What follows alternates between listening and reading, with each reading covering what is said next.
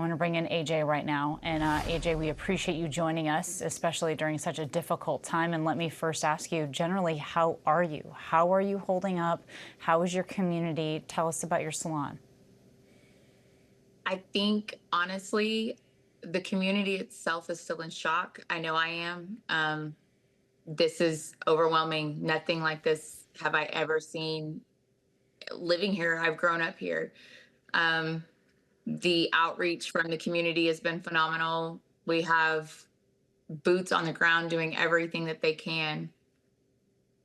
So I'm in shock still. It's Yeah. hard to see these pictures.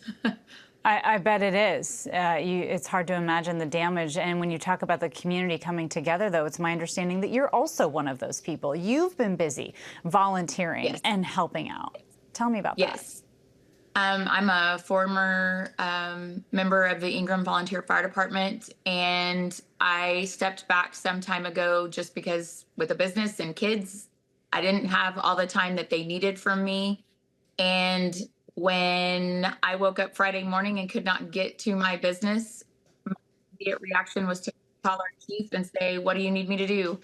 And they said, "Report," and that's what I did. So I have been with the fire department as much as possible between cleaning out the business and then kind of in a holding pattern to see what's next. Staying busy has helped get me through this.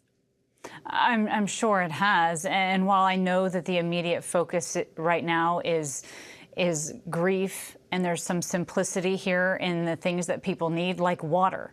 But Right. when it comes time to rebuild, tell me about that. Are you going to be covered by your insurance company? Do you plan to rebuild? I fully intend on staying with my landlord. He is phenomenal. They are working on the building as we speak. When I went this morning, they had most of the mud cleaned out. They had everything down to the studs. They've bleached. They're doing everything they can to get our building saved. I would like to stay with them. There are some concerns, of course, as regards to whether insurance will cover us again, whether this could ever happen again in my lifetime anyways. I don't know. My goal is to rebuild in there. I only had 2 weeks. I'm ready to go back and have at least a Yeah. little bit longer. 2 weeks. Yeah, I Uh, understand that. I also understand the hesitancy, though, to maybe rebuild. Even though you've been there your whole life, there's now a level of fear that's a bit different and a flood that you've never seen.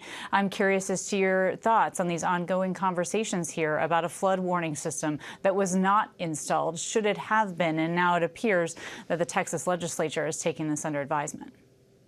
you know, I want to be that person that says the system we've had in place has worked for years and years, and things do happen. And on the same time, I think a flood warning system would be a good choice.